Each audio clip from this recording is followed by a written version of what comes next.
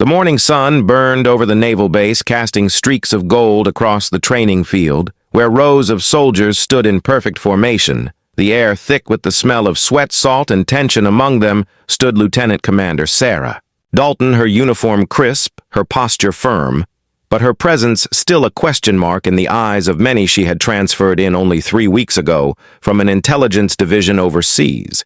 Her record flawless, her leadership praised yet to some of. The hardened men standing around her, she was a mystery and worse in their unspoken judgment. She was a woman in a rank. They did not believe she earned. Chief Petty Officer Travis Kane, one of the base's most decorated Navy SEALs, stood at the far end of the line. His square jaw set, his eyes narrowing as he watched her walk past the ranks during inspection. His reputation was fierce, his arrogance sharper. He had spent 15 years in the field leading missions that no one dared talk about. And he did not take kindly to new officers telling him what to do, especially those he believed had climbed the ladder through politics rather than blood and grit. When she stopped in front of him, he stiffened, his tone respectful, but his words dripping with disbelief. "Ma'am," he said loud enough for the others to hear, "permission to speak freely." "Granted," she replied, her eyes calm, her tone. "Even begging your pardon, ma'am, but there must be some mistake with your rank. I mean, I have seen plenty of officers, but never one who looked more like she should be behind a desk than leading combat teams." A few of the men shifted, trying not to smirk. One or two coughed to hide the sound of laughter, but she didn't flinch. She simply studied him for a moment, then nodded as if his comment were data to file away. She leaned slightly forward, her voice still soft but edged with something that made the laughter die instantly. "Chief Petty Officer Kane, meet me at the obstacle course at 1400 hours. Bring your team and bring your doubts too. I'll see if I can help you lose them." With that, she turned on her heel and walked away, leaving silence in her wake. The men stared after her, and Kane felt his pulse quicken, not from fear, but from something he hadn't expected, irritation mixed with curiosity. He muttered to himself something about showing her what real training looked like. By the time the sun reached its highest point, the obstacle field was alive with shouts and the sound of boots slamming into the dirt ropes, creaking as bodies swung across water pits. Kane and his squad were warming up, stretching, rolling their shoulders, laughing among themselves. They didn't believe she would actually show. But when the clock struck 1400, she arrived in full gear. Black fatigues, sleeves rolled tight, revealing forearms marked with faint scars that only came from real field work, not drills, her expression unreadable. "You ready to test that uniform, ma'am?" Kane asked with a mocking smile. "Ready to see what a chief can do?" She answered, not rising to the bait. The captain of the base, Captain Hollis, stood at the sidelines, clipboard in hand. His face hard to read, but his eyes watching every movement carefully. The challenge had spread fast across the base, whispers flying through corridors and cafeterias. By the time they started, there was already a crowd gathered, officers enlisted, and even trainees lining the fence, waiting to see if the new lieutenant commander would crumble under pressure. The whistle blew, and they were off. Kane shot forward like a predator, his body moving with practiced power, while Sarah moved with measured precision, not as fast at first, but fluid, every motion deliberate as she climbed the wall. Her hands found holds as if she had done it blindfolded before Kane looked back, smirking when he cleared the top, but his smirk faded when she landed only seconds behind him, her boots hitting the ground in silence. Then came the crawl under the barbed wire, the mud thick and cold. Kane dove in like he was storming a beach, his team following behind, while Sarah slid into the trench, moving faster than anyone expected. Her body low, her breathing steady. Kane glanced sideways, and their eyes met for a split second. In that look, something passed between them. Not anger, not defiance, but a warning. They hit the rope climb. Next, the hardest part of the course, the ropes slick with sweat and heat. Kane grinned. This was where he would show her the difference between a real SEAL and an officer with paperwork scars. but she reached for the rope, and in 3 smooth pulls was halfway up her muscles. Tense, her form perfect. She reached the top before most of the men did, and when she dropped down, she didn't wait. She ran straight for the next challenge, her boots splashing mud across Kane's chest as she passed. By the time they hit the shooting range portion, everyone was breathing hard. Kane's lungs burned, but pride kept him going. The instructor handed them rifles and targets popped up in the distance. Kane fired first 3 clean hits, but when Sarah raised her rifle, her stance shifted into something almost mechanical. Every shot snapped through the air, hitting dead center. The echo of each bullet felt like a slap across every doubter's face. The silence after her last round was heavy, then broken only by the sound of the captain's pen scratching across his clipboard. They crossed the finish line together, mud streaking their faces. Uniforms soaked the men around them, clapped uncertain whether it was for her or for the spectacle.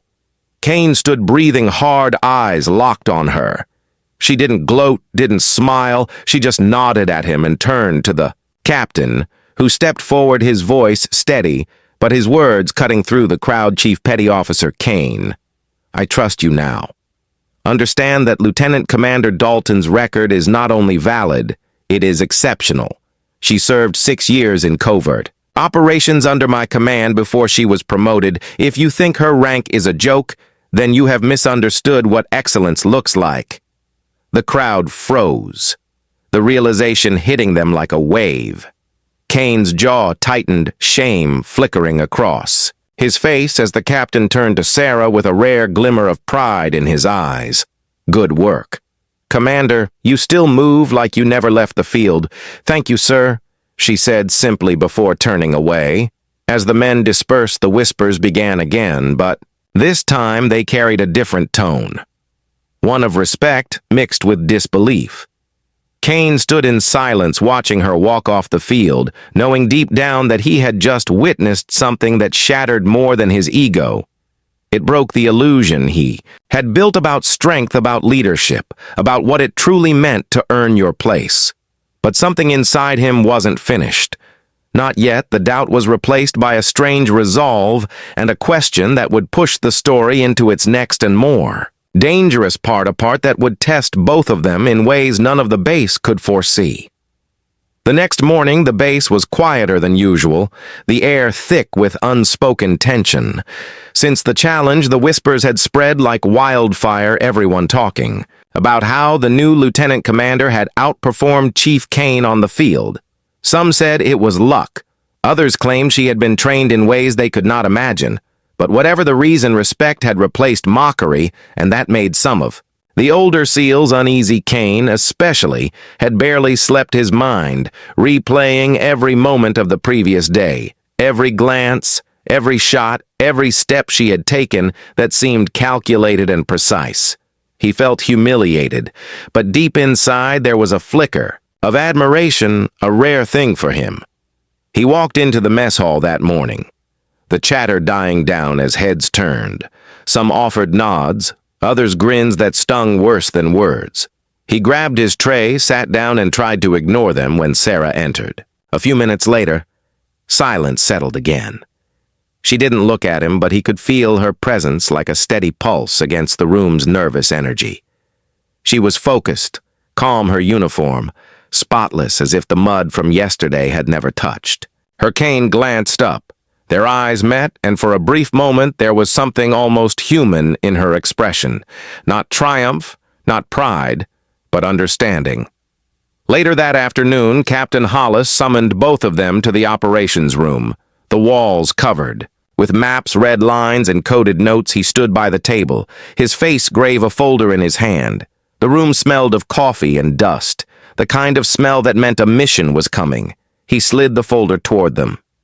"There's a situation," he said quietly. "An extraction gone wrong. 2 of our men are trapped in the hills near the coast last night. A storm grounded our evac team. We have a 12-hour window before local insurgents close in. I need a team out there now." Kane straightened instantly. Adrenaline cutting through his tiredness, permission to lead the mission. "Sir, Denied, Hollis said sharply. Commander Dalton will lead the team. You will serve as her second in command. The words hit harder than a punch. Kane blinked, unsure if he had heard correctly. She, however, did not react. Her posture remained solid, her voice steady when she spoke. Understood, sir. We'll assemble within 30 minutes. Kane wanted to protest, but the captain's gaze silenced him. It was final. They left the room in silence, the sound of their boots echoing through the corridor outside. She finally turned to him, her voice even, but firm. You have a problem with this arrangement. Chief, say it now, because once we're out there, we move as one unit. No hesitation, no resentment. Hey, met her eyes, his pride still raw, but his training stronger. No, ma'am, he said. Finally, you give the orders, I'll follow them. By sunset, they were airborne, the helicopter slicing through gray clouds, the wind howling against the open door, the mountains. Below, dark and endless, the mission brief played through Kane's head over and over, two trapped operatives' last known signal near a collapsed ridge. They would have to rappel down, retrieve them, and exfiltrate before dawn. Sarah sat across from him, her eyes fixed on the map on her lap. Every detail memorized, she radiated focus and something else, a quiet intensity that made him wonder how much she had really seen in her career. When they touched down, the night swallowed them, the air cold, and, heavy with mist, they moved in silence, their boots crunching over rocks until they reached the ridge, a faint beacon flashing below. Kane took point, securing the ropes while she checked the scanner. Then, without hesitation, she went first, descending. Into the darkness below, her movements precise, every motion, smooth as if gravity itself obeyed her command. When they reached the bottom, the ground was slick with mud and blood.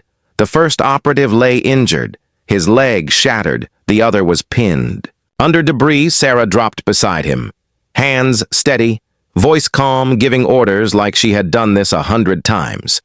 Kane watched the way she moved, quick, efficient, fearless. Every command sharp but measured together. They freed the trapped man, lifted him onto a stretcher, and began the climb back up. That was when the gunfire started, sharp cracks echoing through the cliff's ambush. Kane shouted, taking cover beside her, bullets tearing through the rocks. She didn't flinch. She returned fire with deadly precision, every shot deliberate. He realized, then, she wasn't just skilled, she was lethal. The kind of soldier who had seen chaos and walked out alive. They fought their way up inch by inch until the helicopter's lights cut through the fog. Rescue finally within reach, one of the insurgents threw a grenade. The explosion ripped the air. Kane was thrown sideways, pain searing through his shoulder, but before he could recover, she was already dragging him behind cover, shielding him. From the next blast, her strength shocking him, the helicopter lowered its cable. She secured the injured men first, then looked at Kane. Her eyes fierce. You're next, Chief, she said. You first, he grunted. She shook her head.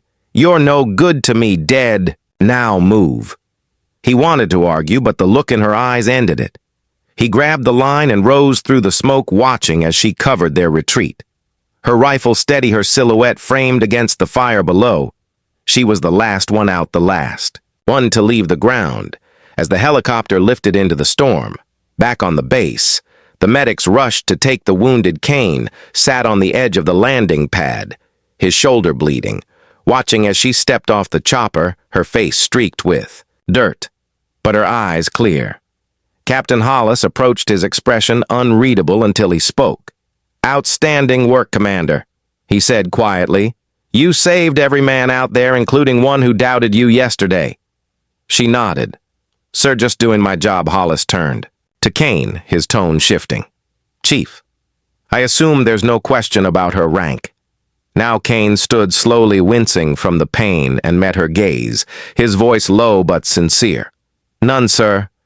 No question at all. For the first time, she smiled faintly.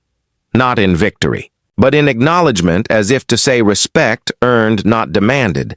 And in that moment, Kane understood that leadership was never about rank or pride. It was about courage, about standing firm when everything fell apart. The captain's reaction had silenced the room yesterday, but tonight her actions had silenced the entire base and left everyone wondering just who she really was and what kind of past could forge someone that unbreakable.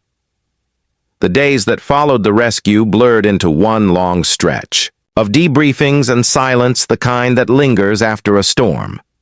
Sarah kept mostly to herself, spending hours in the operations room, reviewing reports, adjusting plans, while Kane found himself restless, unable to shake the memory of the mission he had replayed it in his head countless times. Her calm under fire, her precision, her complete lack of hesitation. He had served with many leaders, but none like her. She was more than disciplined. She was driven by something unseen, something that made the men around her feel both safe and uneasy at the same time. One evening, while the sun dipped low behind the barracks, casting long shadows across the base, Captain Hollis called a briefing. Every senior officer and team lead assembled in the strategy hall, the air tense. The lights dimmed as he projected satellite images across the wall. A new threat, he said, had emerged. An arms convoy moving through hostile territory. Intelligence confirmed it was carrying classified tech stolen from an allied base. If it reached the port, it could disappear forever. This will be a two-phase operation, Hollis said. Commander Dalton will lead the ground interception. Chief Kane will command the extraction team. Your coordination will determine the success of this mission. Understood. They both answered in unison. Yes, sir. Though their eyes met for a brief moment, silent agreement passing between them. Whatever had happened before was gone now only. Trust remained. That night, as they prepared gear in the armory, Kane broke the silence. You ever get scared out there, ma'am? She looked up, her face expressionless for a moment, then softer than he expected every time. Chief, the difference is, I don't let it drive me. I let it sharpen me. The words stuck with him. As they boarded the transport aircraft hours later, darkness stretching endlessly below the engines, roaring like distant thunder. The plan was simple, but dangerous. Intercept the convoy in the mountain pass, disable communications, recover the tech. And exfil before dawn. They dropped into the cold night under a sky filled with static stars and wind, the silence of the wilderness swallowing every sound. They moved through the valley shadows, blending into terrain. Sarah at point, Kane covering. Rear her hand signals, quick, precise, the kind that came from instinct rather than thought. The convoy appeared just after midnight, headlights slicing through fog, a column of trucks guarded by armed escorts. She waited crouched behind a ridge. Breath, steady heart, calm, and then whispered through comms now. The first explosion shattered the quiet, the lead vehicle flipping sideways as smoke and fire erupted. Chaos followed, men shouting, gunfire cracking through the night. Sarah surged forward, motion. Like water, pure, unstoppable. Kane followed, laying suppressive fire, their movements synchronized like a single machine. The fight was brutal, fast, and raw, but within minutes the convoy was neutralized, and they were hauling the stolen tech from the wreckage. Just as the second wave hit, heavier armed reinforcements sweeping down the trail. We're outnumbered, Kane shouted, grabbing the crate. Sarah scanned the ridge. Saw a narrow escape route up the slope we climb, she said, and started without, waiting for a reply. Bullets whistling past as they scrambled upward, dirt spraying rocks, shifting beneath their boots. One of the enemy soldiers lobbed a flare, illuminating them in blood-red light. Kane fired, taking him down, but not before a burst. Hit close, sending shrapnel into Sarah's leg. She stumbled, catching herself with a sharp breath. "You're hit!" Kane yelled, reaching for her. "Keep moving," she hissed. "Don't stop, not now." They climbed higher, the sound of engines below growing louder, drones. Circling overhead, Kane fired a few desperate shots to keep them back when they finally reached the ridge. Their extraction signal was already blinking, the helicopter approaching fast, but the enemy wasn't giving up. The slope erupted in fire and dust. Sarah turned, covering their retreat, her rifle blazing the way she stood there, unwavering, even bleeding out. Kane would never forget that sight, the image of strength forged in pain and will. When they reached the chopper, she shoved the crate inside and turned to fire one last time. A bullet grazed her side, but she didn't flinch. Kane grabbed her arm, pulling her in as the helicopter lifted off the ground rounds, sparking off the hull, the pilot banking hard into the clouds below them. The valley burned red and black like a vision from another world. Back at the base, medics rushed her to the infirmary. Kane pacing outside the door for what felt like hours, when Captain Hollis finally emerged. His face was drawn but calm. "She'll make it," he said. "She lost some blood, but nothing she hasn't survived before." Kane nodded, relief washing over him. He wanted to say something, but words felt too small for what he had witnessed. Days passed before she returned to duty, walking with a slight limp, but eyes still sharp. The men who once doubted her now stood. When she entered a room, they spoke to her with the kind of respect that cannot be ordered, only earned at the next formation.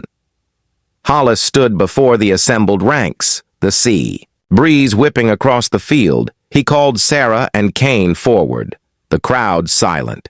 He read from a document, his voice carrying across the wind. "Lieutenant Commander Sarah Dalton is hereby commended for extraordinary valor in combat leadership under fire and successful recovery of national assets. Her actions reflect the highest standards of service." He turned then to Kane, Chief Petty Officer Travis.